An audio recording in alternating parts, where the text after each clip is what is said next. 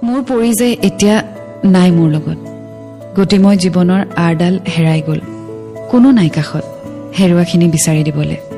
এছাতি মলয়াৰ দৰে আহিছিল আৰু আঁতৰি গ'ল পচোৱা ৰূপ লৈ মোৰ যন্ত্ৰণাক নেওচি কিয় আঁতৰি গ'ল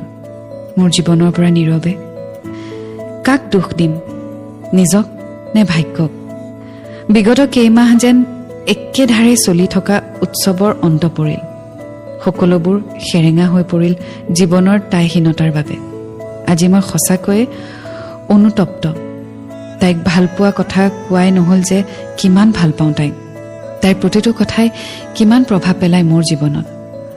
সময়ৰ প্ৰবাল খুঁটে আহি আজি আঁতৰাই নিলেহি তাইক